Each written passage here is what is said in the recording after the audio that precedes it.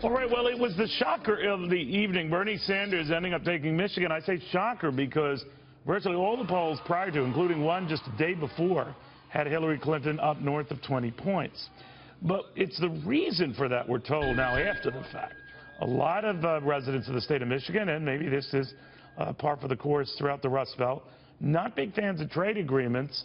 Ironically, the very trade agreements orchestrated largely on the part of then-President Clinton, whose wife Hillary Clinton has started repudiating them, including other deals put together by her last boss, President Barack Obama. Austan Goolsbee, a former economic advisor, top economic advisor to President Obama on that. Austan, it's always good to have you. It's weird that Hillary Clinton is maybe getting hurt now by these deals that many claim her husband first orchestrated, President Obama pursued, and a lot of core Democratic voters are annoyed. What do you make of that? Well, I think that's accurate. I mean, this was certainly a morale-boosting win for the Sanders people. They had not expected it. And my read of the data and the exit polls suggests two things. One, you had it's an open primary, you had a larger turnout of these non-Democrat/independent voters who were big for Sanders. And two, I think you're right. In Michigan, there was a lot of anti-trade sentiment. You saw that also coming through from Donald Trump, which historically the Democratic Party has been less keen on trade deals than the Republican Party.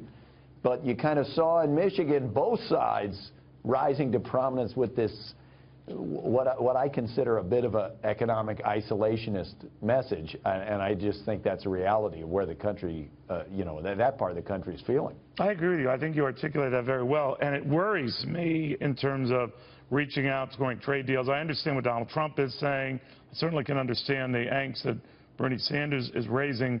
I fear that we're swinging the pendulum the extreme other way, where we're literally walling up ourselves against the world. And I don't know if that's the answer. And it doesn't help when you have a $500 billion trade gap with the Chinese and nearly $60 billion trade gap with the Mexicans. They can all argue, as Donald Trump has, well, what have we gotten for all of this? I understand that. But I don't think that the alternative is to put up quite literally walls, or for that matter, trade walls. What do you think?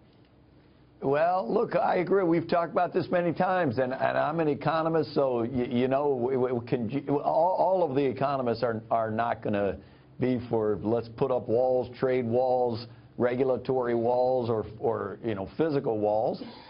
But that's what people want, Austan. I mean, that's what people want, Yeah, that is what it seems like people certainly have been expressing they want in these primaries. I think it's the fact that you saw this in Michigan, maybe you'd see that same sentiment strongly in Ohio, I don't know.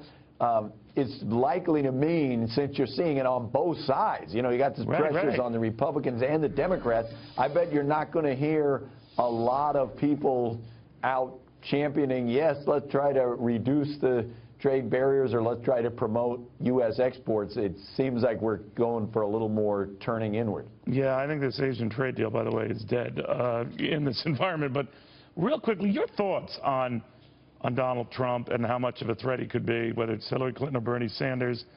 The prevailing wisdom, little more than a few days ago, was that they could roll over this guy.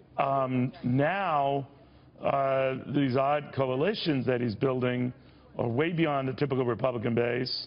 A lot of them are Democrats moving over.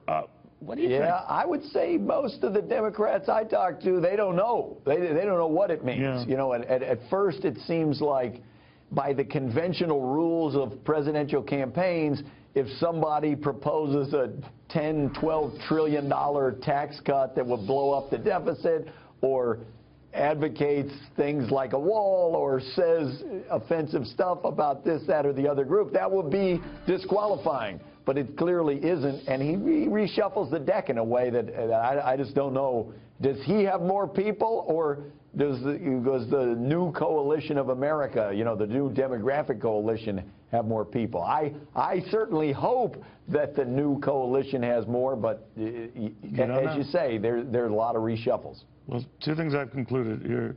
You're a nice, smart, decent, honorable man, which means in this environment you could never come after you. You could never ever be president of the United States in this environment. That's the way it is. Thank God. Austan, thank you very, very much. Austan Goolsbee.